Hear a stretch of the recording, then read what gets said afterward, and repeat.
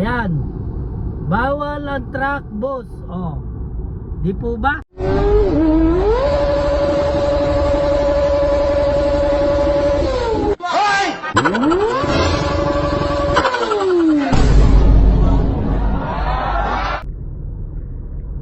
Wag ko lang to, guys. Di ba ito bawal dito, bus at saka truck? Bakit dito may bus? Yan o. Yan. Yan, may bus dito. Pag kami pumapasok sa bus lane, inuhuli nila.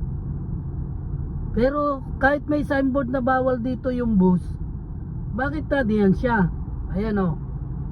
Baka sabihin nyo, ayan, bus yan o. May nakasulat dito sa lane na ito, bawal dito truck o bus. Yan. Bakit ganun?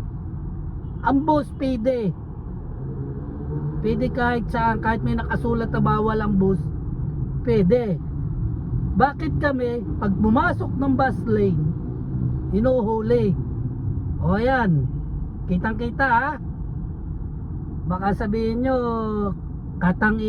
gawa-gawa lang. Ayan yung bus ha. Ayan o. Dito sa lane na ito, may nakasulat po na may signboard na bawal dito ang bus. Yan. Pasensya na po sa'yo kuya ha, manong driver. Kasi yung ginawa mo hindi maganda eh. Pag kami pumasok sa bus lane, hinuhuli. Ay ito, may signboard dito, bawal ang bus.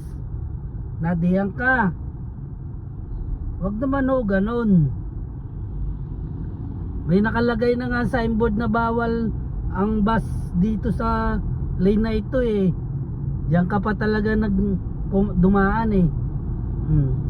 Pag kami pumasok ng bus lane, hinuhuli. Bakit pag ang bus ang pumasok dito sa may nakalagay na signboard na bawal ang bus o truck, bakit di mahuli? Parang yatang baliktad ah.